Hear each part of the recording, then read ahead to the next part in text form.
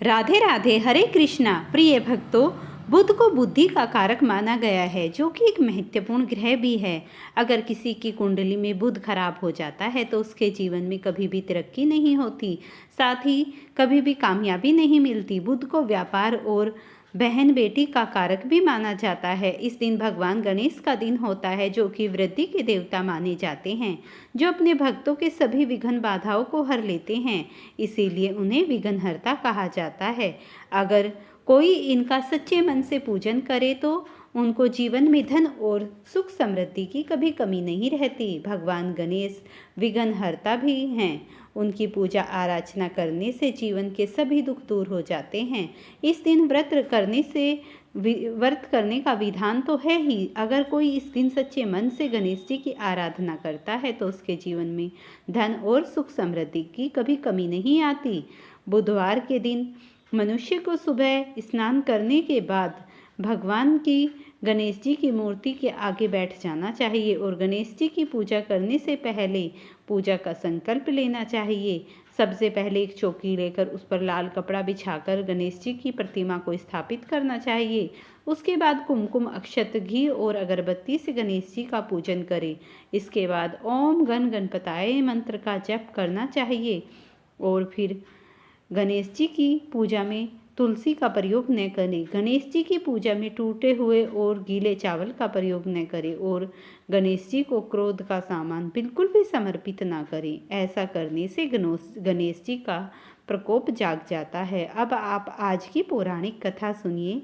पौराणिक ग्रंथों में बुधवार के व्रत की कथा कुछ इस प्रकार है। बहुत समय पहले की बात है। एक साहूकार का नया नया विवाह हुआ था। उसकी पत्नी मायके गई हुई थी। नया नया विवाह था, नई नई उमंग थी। साहूकार का परिवार भी कुछ खास बड़ा नहीं था। जो रिश्तेदार थे उनके वो बहुत दूर थे। अब साहूकार को अकेलापन खाए जा रहा था। उसे यह नहीं रहा कि साहूकार कहाँ पहुँचा। ससुराल की बड़ी साहूकार को आवक भगत हुई, लेकिन ससुराल में तो अपनी पत्नी से खुलकर बात करना दूर, सूरत देखना मुश्किल हो रहा था। अगले ही दिन साहूकार ने कह दिया कि विदाई की तैयारी कर लीजिए, हमें निकलना है। अब संयोगवश वह दिन था बुधवार का। सास ससुर के समझाने पर बहुत प्रयास किया कि बेटा, आज बुधवार का दिन है, आज के दिन लड़की को विदाई नहीं किया जाता। इस दिन बेटी की विदाई करने का रिवाज नहीं है। बेटी की विदाई किसी भी शुभ कार्य के लिए यात्रा पर जाना बुधवार के दिन शुभ नहीं माना जाता। लेकिन साहूकार नहीं माना और कहा, मैं अब इन सब बातों को नहीं मानता, हमें जाने का आशीर्वाद दीजिए। अब अपने दामाद के आगे सास ससुर की कहाँ चलने वाली थी। मन मौसकर तैयारी करनी पड़ी। बेटी की विदाई कर दी गई और चलते चलते रास्ते में साहूकार की पत्नी को प्यास लग जाती है। साहूकार जैसे पानी लेने के लिए जाता है तो वापस आते ही उसकी हैरानी का कोई ठिकाना ही नहीं रहता। उसने अपनी ही हमशक्ल को गाड़ी में पत्नी की बगल में बैठे देखता है। उसकी पत्नी भी एक शकल के दो व्यक्तियों को देखकर परेशानी में पड़ गई कि उसका पति कौन सा है। जैसे ही साहूकार ने पत्नी के पास बैठे व्यक्ति से पूछा कि वह कौन है, तो वह पलटकर जवाब दिया कि भैया, मैं तो फला नगर का साहूकार हूँ और फला नगर से अपनी पत्नी को लेकर आ रहा हूँ। तुम बताओ, तुम कौन हो जो मेरा वेश धार कर यहाँ आए, कबाब में हड्डी बनने के लिए आ धमके हो। ऐसी बहसबाजी करते करते दोनों में झगड़ा बढ़ गया। झगड़े को देखे हुए राज्य के सिपाही वहां आ पहुंचे और साहूकार को पकड़ लिया। अब सिपाही भी चक्कर में, दोनों की शक्ल तो एक समान है। उन्होंने साहूकार की पत्नी से पूछा कि उनका पति इनमें से कौन सा है। वह बेचारी क्या जवाब देती। तब साहूकार ने हाथ जोड़ लिए और भगवान से विनती करने लगा कि हे भगवान, यह आपकी माया है। तभी आकाशवाणी हुई, मूर्ख, याद कर, कुछ पहले ही तूने अपने सास ससुर की आज्ञा न मानकर भगवान बुध का अपमान किया और बुधवार के दिन तू अपनी पत्नी को लेकर चल पड़ा, जबकि तुझे इस दिन गमन नहीं करना चाहिए था। यह स्वयं बुधदेव हैं जो तुम्हें सबक सिखाने के लिए तुम्हारे वेश में आए हैं। तब साहूकार ने कान पकड़कर माफ़ी मांगी और आगे से कभी ऐसा न करने का वचन किया। बुधवार को नियमित व्रत पालन करने का संकल्प किया जब साहूकार के रूप में प्रकट हुए बुद्ध देवता अंतर्धान हुए और साहूकार अपनी पत्नी को लेकर घर जा सका। इस घटना के पश्चात साहूकार और उसकी पत्नी दोनों नियमित रूप से बुधवार का व्रत पालन करने लगे। मान्यता है कि जो व्यक्ति इस कथा को कहता है या सुनता है या पढ़ता है, उसे बुधवार के दिन यात्रा करने से किसी तरह का दोष नहीं लगता और समस्त सुखों की प्राप्ति होती है। बुध ग्रह की शांति और सर्व सुख की इच्छा स्त्री पुरुष बुधवार के दिन इस व्रत को कर सकते हैं। ज्ञान, बुद्धि, कार्य, व्यापार आदि में उन्नति के लिए भी बुधवार का व्रत बेहद शुभ और फलदायी माना जाता है। बुधवार के दिन बुद्ध देवता के साथ भगवान गणेश जी की पूजा का विधान है।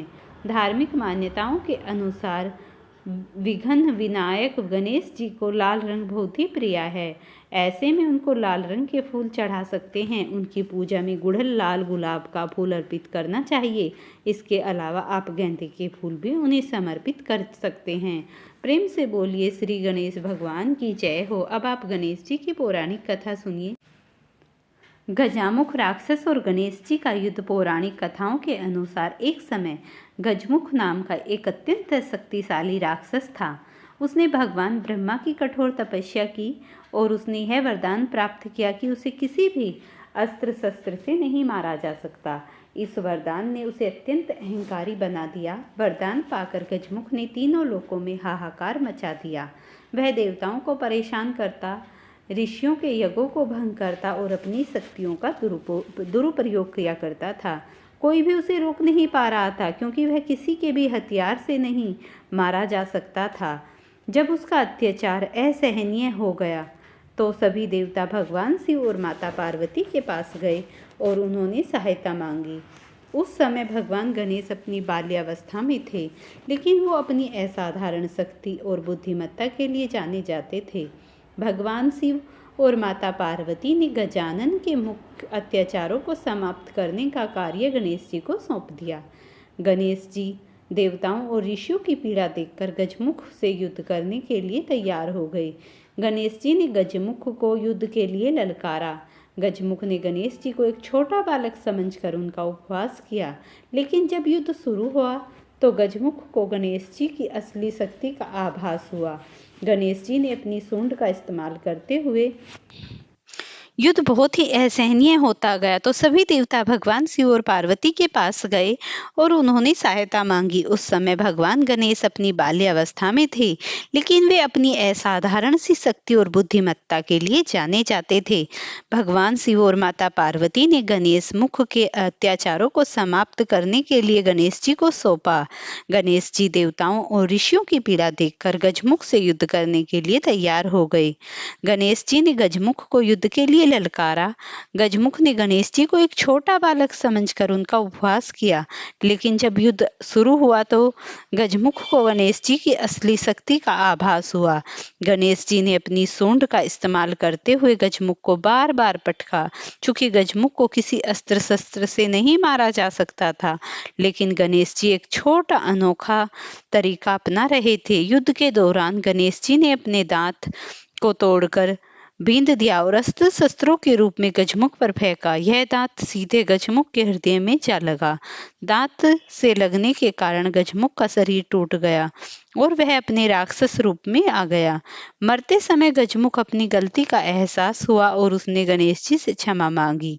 भगवान गणेश जो दयालु और भक्त वत्सल्य हैं, वे गजमुख को मोक्ष प्रदान कर उन्होंने गजमुख से कहा कि क्योंकि अपनी शक्ति का दुरुपयोग किया था, अब उसे एक मूषक के रूप में परिवर्तित होना होगा। लेकिन गणेश जी ने उसे आशीर्वाद भी दिया और वह वारहा बनेगा और हमेशा उसके साथ रहेगा। इस प्रकार गजमुख ने एक राक्षस के रूप में अपने बुरे कर्मों का अंत किया और भगवान गणेश के प्रिय वाहन के रूप में एक नया पवित्र जीवन प्राप्त किया।